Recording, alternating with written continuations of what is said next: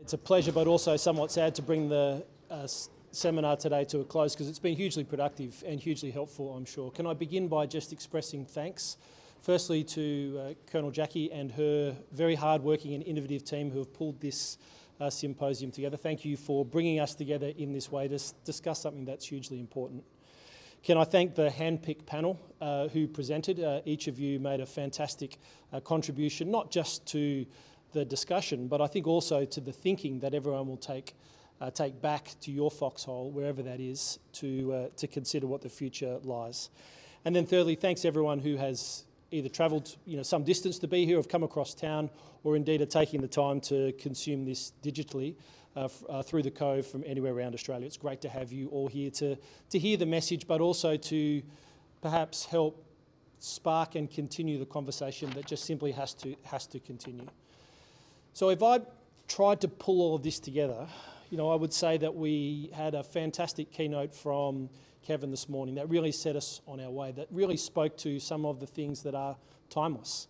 Who doesn't love reminding ourselves of the story of Shackleton and the Argonauts, about the overcoming adversity and understanding the possibility of what teams can deliver? Can I thank the technologists who gave us a window into the future to say that there are things that are needed. Technology has a place to help us, in some respects, see what can't be seen with the naked eye, to use data and other elements available through technology to challenge bias that we all have as leaders and people inside teams. And then I thank those who came and brought their operational perspective, those literally on the front line, leading teams and sharing their experience from having done so, to pull all of that together. Could I just remind you that the imperative for human performance optimisation has been made very clearly by our Chief of Army. Indeed, when he spoke at his symposium just last week, he said he had 4 technology priorities: artificial intelligence and machine learning, quantum technology, autonomous systems, and human performance optimisation. So this is something that is unquestionably driven from the top. And I think as the Chief's remarks at his symposium went on, he spoke about the challenge for what he wants to apply those 4 technology priorities towards. And they were firstly reducing the risk to our soldiers by moving soldiers on the battlefield away from places where traditionally only humans have gone and exposing themselves to risk that are timeless as the nature of warfare is. Secondly, he said he had to preserve the human in the loop in the application of lethal force, the ethical elements that are fundamental to the profession of arms. And then thirdly, he said generating scale and mass for a small army. So I guess if I put that context to really what is the undercurrent for and the theme for this symposium, which has been about teams. And we've spoken about this, it's been covered today, that Army's output is directed towards a purpose by teams. It's not done by individuals, it's done by teams. That is the grouping of Army. And I think, as I've heard the presentations today, I've reflected on what the teams, Army's teams of today, 2023 and beyond, what they look like, what they feel like to be part of, compared to when I started my career, which was over 30 years ago. And there's something different. Something has changed. Our teams are more diverse. They're often disparate, they're spread in different locations. Their demography is very different. Their expectations are very changed. The levels of education of our teams continues to rise. The skill level that they possess is infinitely greater than it's as great as it's ever been. But there are some things that are immutable and unchangeables. And I guess this is the issue when we talk about optimisation, gives the sense of an imperative that we have to be moving forward and be looking towards the future. And I guess I'll leave you with some thoughts for my role as the Chief of Staff Forces Command, where I've had the role for a number of years thinking about directing those teams towards purpose and what I see and what those teams have to be optimised through human performance towards. The first is geostrategy, and it's been covered today. It's been spoken about, the deteriorating strategic circumstances. And what that means is the threat of conflict looms larger than it has ever done before, certainly in the last 70 to 80 years. And what comes with that, I observe, is a lack of predictability for our people. This perhaps time being stolen, as General Hocking put it, because things are moving very fast.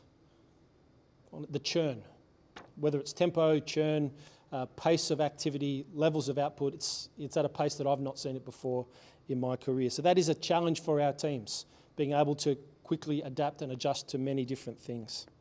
I think if anyone is thinking who is either a team member or a team leader that is going to change anytime soon, I think you'll need to recalibrate yourself, because I can't see that changing in the immediate future.